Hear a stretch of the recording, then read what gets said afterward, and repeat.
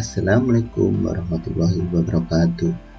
Kembali lagi bersama Didik Mariono. Pada kali ini Didik Mariono akan berbagi ilmu tentang pemrograman website. Nah, bagi kalian siswa-siswa SMK dan juga yang kuliah di IT ataupun siapa saja yang ingin mengetahui tentang pemrograman website, dan kita juga akan mengenal apa sih website, apa sih HTML itu, kenapa perlu HTML. Nah, kita akan kupas tuntas di sini nih ya. Tentunya di channel Didik. Jangan lupa ya, sebelum kita lanjut, untuk like, subscribe, share, dan nyalakan lonceng ya, biar kalau ada video terbaru kalian dapat notifnya. Jangan lupa ya guys ya. Oke, nah sebenarnya itu apa sih hypertext markup language, dan kenapa di setiap website ada yang namanya HTML seperti itu ya, dan itu memang sangat diperlukan. Nah, saya akan menjelaskan berbagi ilmu sambil kita coba untuk ngoding gitu ya, untuk mencoba HTML secara langsung. Oke ya, tanpa panjang lebar, let's go guys.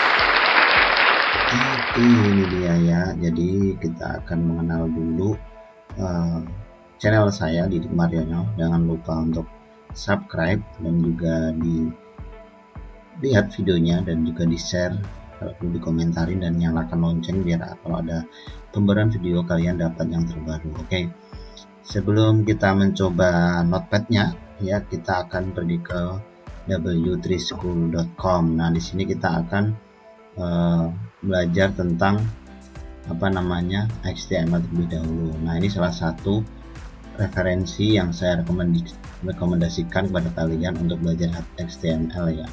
Nah, jadi kita akan mulai belajar HTML. Di sini ada pengertian dan juga basicnya dari HTML itu seperti apa dan bagian-bagiannya seperti apa. Seperti video sebelumnya ya. Jadi ada strukturnya kalau HTML itu, dan nanti tampilannya seperti apa akan kita coba ya. Jadi HTML itu pasti diawali dengan doc type HTML, dan juga lalu HTML ditutup juga, dan di dalamnya itu ada head, ada body. Nah, di dalam head itu ada title, ada ikonnya, ada description, ada meta description. Nah, di dalam body itu ada elemen heading, paragraf, dan yang lainnya. Nah, kita bisa baca-baca di sini semuanya tentang apa sih HTML itu, terus penjelasannya. Nah, ini udah jelaskan bahwasannya doc type ini merupakan penjelasan bahwasannya ini adalah dokumen HTML5 seperti itu ya. Dan HTML ini adalah yang paling dasar, root elemennya. Di dalamnya ada head. Nah, head ini berisi tentang meta informasi utama ya. Title, nah ini untuk judul halaman. Body itu untuk isi konten dari sebuah website tersebut. H1 itu heading level 1 ya. Nanti ada banyak level 1, 2, 3, 4, 5, 6. Ada 6 ya guys ya. Oke. Nah, karena ini udah tahu ya, kita akan coba langsung dengan membuat simbol seperti ini di notepad ya guys ya. Let's go. Nah, ini kita akan buka notepad dulu. Nah, notepad seperti ini kosongan. Kita akan coba langsung di notepad. Kita akan menuliskan seperti tadi. Saya akan memberi contoh secara simpel saja ya. Kita menggunakan HTML yang biasa dulu, bukan HTML5. Jadi bisa langsung dituliskan HTML seperti ini. Ditutup ya, HTML. Nah, di dalam HTML ada head tadi ya, ada head dan juga ada body. Nah, seperti ini. Nah, ini adalah struktur dasarnya. Nah, di dalam head itu tadi ada title. Title itu yang di tab ya, yang di tab bar ketika buka browser. Title latihan 1, kita coba seperti ini ya, title. Nah, lalu kita coba, udah cukup gini ya, lalu kita simpen, kita taruh di D ya, terus kita kasih nama latihan.html extensionnya kita pilih all file, lalu klik save. Lalu setelah itu kita pergi ke file explorer. Lalu untuk apa? Untuk membuka file tadi ya. Kita ke file explorernya. Nah, itu di situ udah ada kan latihan. Terus setelah itu latihan kita klik ya. Kita double klik, kita buka dengan, saya menggunakan Chrome ya. Chrome. Nah, setelah kita buka dengan Chrome, nanti tampilannya kalian akan melihat seperti ini nih. Nah, jadi title yang tadi kita buat nih di atas ini akan ada tulisan latihan 1 dan body itu akan tampil di sini nih, yang kosong ini ya. Ini akan tampil body. Semua yang kita tuliskan akan tampil di sini, latihan 1. Ini ada icon defaultnya ya. Terus yang muncul hintnya ini adalah meta, ada meta title, meta description. Nah, nanti akan yang tampil. Lalu kita coba tambahin ini, kita coba tambahin isi bodinya ya. Oke ya, kita coba tambah isi bodinya ya. Contohnya kita akan memberi heading. Nah, nih ada heading 1, heading 2 kita buat dulu ya.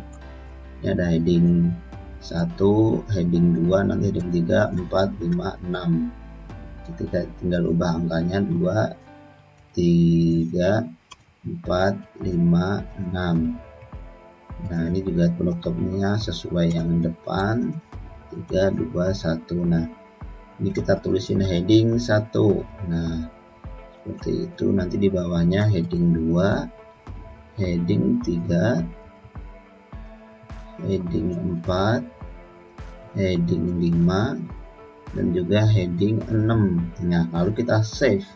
Setelah kita save, kita nggak perlu buka ke Explorer tadi, tapi langsung ke browser. Setelah di browser, kita refresh ya guys ya. Nah, ini kita akan nge-refreshnya di sini. Deng, nah akan muncul seperti ini, heading 1, 2, 3, 4, 5, 6. Nah, ini untuk headingnya. Nah, berikutnya adalah setelah heading tadi di browser itu kan ada, ini kita lihat lagi, ada paragraf. Nah, yang elemennya itu nih, di sini ada banyak. Nah, ada paragraf. Oke, kita akan coba yang paragraf tadi ya. Kita balik ke notepadnya. Kita tetap di dalam body, kita akan membuat paragraf. P ya, P ditutup dengan P. Ini adalah paragraf. Nah, 1 gitu ya. Lalu kalau kita menuliskan langsung gini ya, paragraf 1 kita lihat dulu ya. Kita save, terus kita balik ke browser tadi, lalu kita refresh. Twing, nah akan muncul di sini. Nah, bagaimana dengan fungsi enter dan spasi? Kalau 1 spasi saja bisa kita tulis, tapi kalau 2 spasi itu tidak bisa. Kita akan coba langsung di sini ya, di dalam P ya, tapi kita enter untuk ganti baris. Nah, tapi ini nggak bisa ya. Coba kita akan buktikan. Ini baris 2 ini. Setelah kita save, kita pergi ke browser, lalu kita refresh. Nah, ini kita masih di browser ya. Jadi tadi itu saya tambahin seperti ini nih. Saya tambahin ini di baris 2, di enter, terus sekarang kita ke browser lagi, lalu kita refresh. Nah, tetap 1 baris. Jadi bagaimana untuk biar pindah baris? Nah, kita tambah yang namanya BR ya, baris gitu ya, gampangnya baris. Nah, di sini nggak perlu kita, nah di ini nggak perlu kita turunin, tinggal ditambahin BR. Nah, kalau BR itu tanpa tanpa penutup ya. Setelah BR jadi, kita buka browser, lalu kita refresh. Nah, akan turun ke bawah. Nah, bagaimana cara pindah baris seperti ini ya? Dan berikutnya elemen-elemen yang lain ya, kita ini dasar banget di HTML ya, di HTML. Elemen-elemen yang lain ada apa saja? Kita bisa browsing di Google. Ya, sebenarnya itu ada apa saja elemen. Nah, ini kalau heading itu ada banyak ya, ada 1 sampai 6 body HTML. Nah, terus atribut juga banyak, ada href dan yang lainnya. Kita akan beri contoh atribut link atau A tadi ya.